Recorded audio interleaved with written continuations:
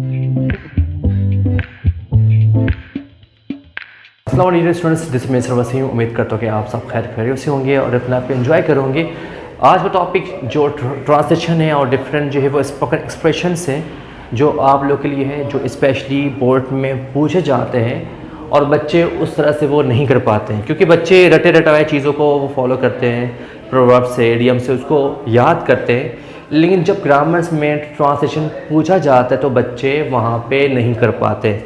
तो उन तमाम बच्चों के लिए स्पेशली जो है मैं आज उन सब के लिए ऐसा लेक्चर लेकर आया हूँ जो उनको एग्ज़ाम्स के अंदर उनको ट्रांसलेशन करने में मदद मिलेगी, जो कि क्लास 9, क्लास मैट्रिक और इंटर बीकॉम बीए के बच्चों के लिए ख़ास तौर पर ये आज के जो टॉपिक को मैंने आज चूज़ किया है। तो स्टार्ट करते हैं आज के टॉपिक को। उम्मीद करता हूँ कि आज का टॉपिक आपके लिए जो है बहुत आसानी पैदा करेगी आपके बोर्ड एग्ज़ाम्स में, और इंशाल्लाह जो आप बहुत इससे फ़ायदा उठाएंगे। ठीक है, स्टार्ट करते हैं। हम हैड टू से स्टार्ट करते हैं कि हैड टू का इस्तेमाल हम कब और कैसे करते हैं।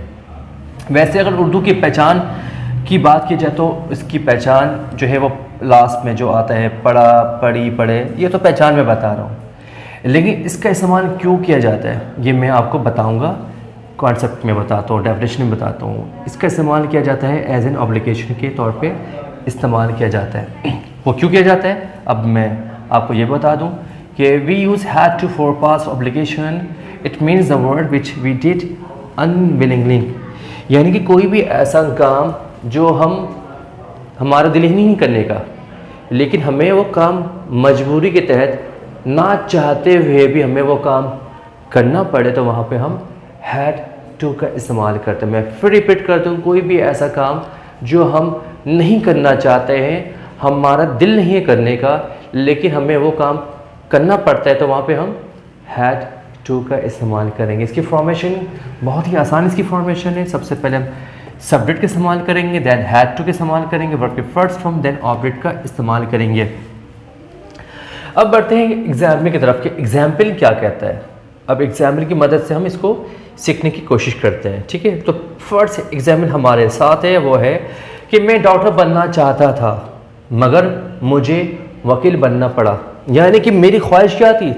मेरी ख्वाहिश थी मैं डॉक्टर बनूं, लेकिन घर वालों ने मुझे इतना प्रेशराइज़ किया, इतना फोर्स किया कि नहीं तो मैं जो है वो वकील ही बनना है। मेरा दिल बनना था, मेरा दिल था बनने का डॉक्टर, लेकिन मैं क्या बन गया? वकील बन गया। तो यहाँ पे मुझे ना चाहते हुए मुझे वकील बनना पड़ा। मैं बनना कुछ और चाहता था, लेकिन मैं बन कुछ और गया। जैसे कि आज के टाइम पर जो पेरेंट्स हमारे कर रहे होते हैं, तो इसी के लिए ये सेंटेंस है। तो मैं बनाता हूँ इसको। फर्स्ट मैं डॉक्टर बनना चाहता, तो इसको बनाएंगे हम वांट टू से बनाएंगे, क्योंकि पास्ट सिंपल का टेंस है ये।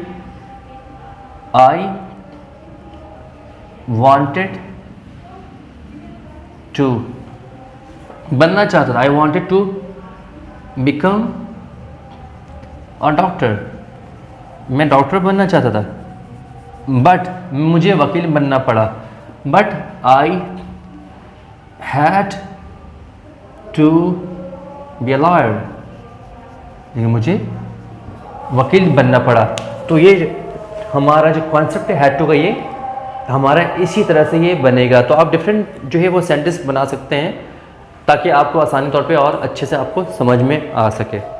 तो इसी के साथ हमारा नेक्स्ट हमारा एक्सप्रेशन है, वो है the more and the more. The more जितना, एंड द मोर इतना। ठीक है, इसकी फॉर्मेशन क्या है? फॉर्मेशन बहुत आसान है। मैं आसान लफ्ज़ों में आपको समझा दूं कि सबसे पहले हमें द मोर का इस्तेमाल करना है, उसके बाद किसी भी टेंस या किसी भी मॉडल वर्ब से स्टार्ट करना है। ठीक है, उसके बाद एंड द मोर का इस्तेमाल करना है, उसके बाद एंड भी किसी टेंस और किसी मॉडल से हमारा ख़त्म हो जाएगा। ठीक है, एग्जाम्पल क्या है? एग्जाम्पल की मदद से इसको समझने की कोशिश करते हैं कि इसकी एग्जाम्पल क्या है। जैसे कि जितना गुड़ डालोगे उतना मीठा होगा। तो यहाँ पे दो क्लास हमारे इसके अंदर है। ठीक है, सबसे पहले हम लिखेंगे जितने की इंग्लिश। ठीक है, तो जितने की इंग्लिश है हमारा द मोर।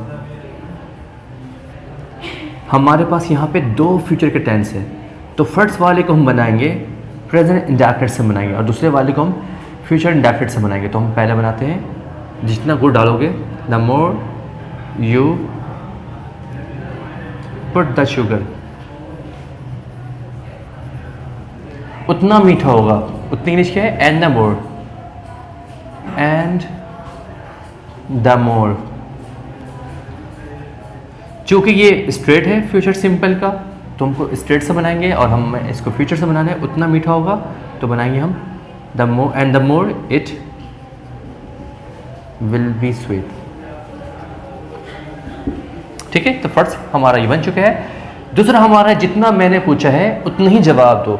कभी कभी हम पूछते हैं कि जितना मैंने पूछा उतना ही जवाब दो, हमें धमकी दी जाती है पेरेंट्स की तरफ से। जितना मैं सवाल कर रही हूँ, जितना मैं पूछा है उतना ही जवाब दो। बहुत इसका इस्तेमाल किया जाता है। तो जितना मैंने पूछा है, द मोर आई आस्क्ड, ठीक है, उतना ही जवाब दो। And the more answer me या रिप्लाई मी। तो इस तरह हमारा सेंटेंस हमारा कंप्लीट हो जाएगा। ठीक है, मोर जो एक एग्जाम्पल है वो आप खुद प्रैक्टिस कीजिएगा। ठीक है, आप मॉडल से इस्तेमाल कीजिएगा, टेंस से इस्तेमाल कीजिएगा, आपको मज़ीद इसमें आपको महारत हासिल हो जाएगी और इसमें एक्सपर्ट हो जाएंगे। सो प्रैक्टिस ज़रूर कीजिएगा। ठीक है, लास्ट हमारे पास है, इसी से मिलता जुलता लेकिन डिफरेंट है। ये इसको यहाँ पे पढ़ाने मकसद यहाँ पर है, इस लेक्चर में शामिल करने मकसद कि बच्चे कंफ्यूज ना हो। ठीक है, अब यहाँ पे हमने स्टार्ट किया था जितना एंड द मोर, जितना एंड द मोर उतना, लेकिन हमने यहाँ पे इस्तेमाल किया, यहाँ पे थोड़ा डिफरेंट यहाँ पे लॉजिक है। एज प्लस एज, इतना जितना, इसकी फॉर्मेशन की मदद से भी आप समझ जाएंगे। एज प्लस एडजेक्टिव और प्लस एज से हम इसको बना सकेंगे। जैसे इसमें बहुत सारे सेंटेंस हम अपनी लाइफ में इस्तेमाल कर रहे होते कि मैं इतना बहादुर हूँ जितना शेर, मैं इतना ताकतवर हूँ जितना कि चट्टान। यानी बोलते ना, मैं चट्टान जैसा बहादुर हूँ, मैं चट्टान जैसा मजबूत हूँ, मैं शेर जैसा बहादुर हूँ। तो इस तमाम एक्सप्रेशन को हम जब बनाएंगे वो हम एज प्लस एज से बनाएंगे। तो कैसे बनाते हैं? Let's have a look on the board. बहुत ही ईजी है, बहुत ही सीखने वाला है ये, और बोर्ड के एग्जाम्स में भी ये आते हैं। तो कैसे बनाएंगे देखते हैं। मैं इतना बहादुर हूँ, आई एम एज बहादुर, आई एम एज ब्रेव, जितना के शेर, एज लायन। देख सकते हैं यहाँ पे एज, उसके बाद एडजेक्टिव और फिर उसके बाद एज का इस्तेमाल किया। ठीक है, नेक्स्ट आते हैं, वो इतनी मगरूर है जितनी की मोर, शी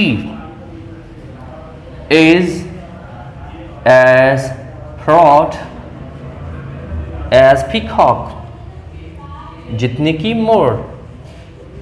ठीक है, इसी तरह से लास्ट वन बहुत ही जो है वो जो हमारी एग्जाम्पल है वो थोड़ा सा डिफरेंट है। डिफरेंट तरह से कि शाहरुख खान का नाम है, and I am the big fan of Shahrukh Khan. So मैंने सोचा कि भाई इस एग्जाम्पल में शाहरुख खान का जिक्र किया जाए, क्योंकि मैं शाहरुख खान का बहुत बड़ा फ़ैन हूँ। तो Shahrukh Khan, this example goes to you, ये आपके लिए जाता है, ये शाहरुख खान के लिए। अगर वो सुनेंगे तो वो अगर सुनेंगे तो ये आपके लिए ही है कि तुम इतने खूबसूरत हो जितना कि शाहरुख खान। हम किसी को एग्जाम्पल देते हैं कि तुम शाहरुख खान जैसे खूबसूरत हो। यू आर एज हैंडसम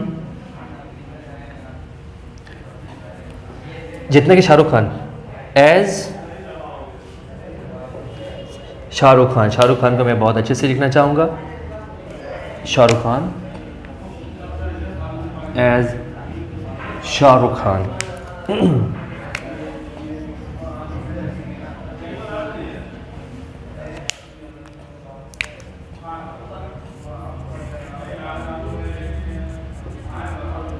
तो हमारा ये सेंटेंस कंप्लीट हो जाएगा। मैं सुनने वाले को, अपने स्टूडेंट को ये कहता चलूँ कि यहाँ पे हमने हैंडसम का इस्तेमाल किया है। बहुत सारे स्टूडेंट जो है वो यहाँ पे ब्यूटीफुल के तौर पे इस्तेमाल करते हैं खूबसूरत को, लेकिन मैं एक चीज़ बताता हूँ, जो मेल होते हैं, मेल के लिए हम जो खूबसूरती के, जो मेल की खूबसूरती थी वहाँ पे हम हैंडसम का इस्तेमाल करते हैं, जबकि फ़ीमेल के लिए हम जो एडजेक्टिव का इस्तेमाल किया था वो ब्यूटीफुल इस्तेमाल किया जाता है।